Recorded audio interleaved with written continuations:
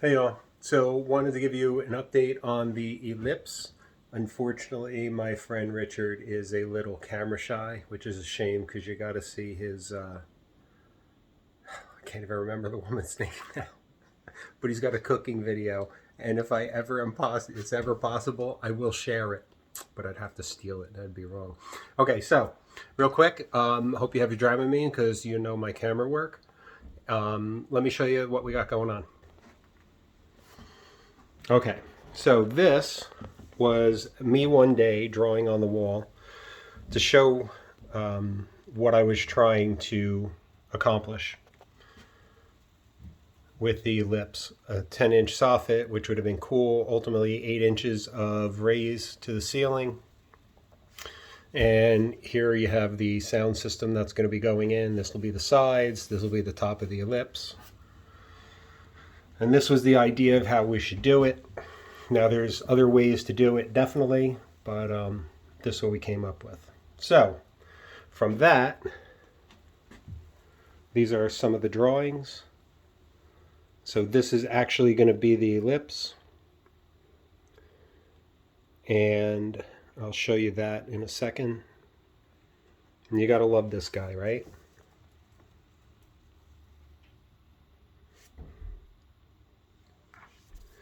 For them who don't know inches, which is me, he likes to do things in inches. I need feet in inches. What can I say? So those are the templates which he actually had printed up in Mylar so that we could just trace them and not wing the ellipse. This here is a little bit more detailed of what it's going to be. So for this guy to go from that to this with actual measurements is really, really awesome. So again, you see the speakers here, which the homeowner is an audiophile. He supplies high-end sound equipment, so this bathroom's going to rock, ultimately. These are the plywood supports that we created. And if you notice, these 2x4s here are hanging below the bridge. I'll show you that in a second. This side we have a double head because the wall is right here and we're going to split the support.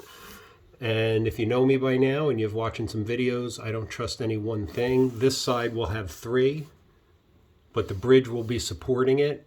If you remember, I was talking about supporting the floor. So that is the shower wall that'll go down and be supported under the floor. This ellipse, which you'll see in a minute, is actually just a solid piece of plywood that's all pre-drilled to hold the 2x4 supports. This here, these are the blocks that go in between the 2x4 supports to keep them true and centered. Okay, hold on to your Dramamine. So these are just set in place real quick. I put them there just to kind of give you an idea. So what we ended up with is a 6.5-inch soffit, I guess I'm calling it, which will go from this wall, obviously, straight across. Now this is the one side of the ellipse, and I don't know if you can see, but you can see those holes pre-drilled. Those are for the 2x4 supports, the ceiling beams, that will be pre-drilled and screwed, 2 3-inch screws through the end of them. And then on this side we have our triple head, and you see that one is knocked off on an angle. And while we're here, this is pretty much how far out the ceiling is. If the ceiling were perfect, that would sit right on top of the top plate. One side is about 5/8 inch up. This side is about 3/8 up. And I'll have to correct that going into the shower. But this is our other 6.5-inch soffit, which is right here from the shower wall out. This is the other side of the ellipse. And this is the side that the 2x4s will be hanging from. And so that we don't have to get crazy and start heading off rafters and everything, what we're going to do is just cantilever the 2x4 ceiling beams in the ellipse out to here, which is why we're going to create those 2x4 blocks to hold them true. And the angles on the sides of the ellipse will be pretty tight to the end of these rafters here, and the speakers will go in there. So pretty much the entire ceiling in this room will end up being an ellipse. And then of course it'll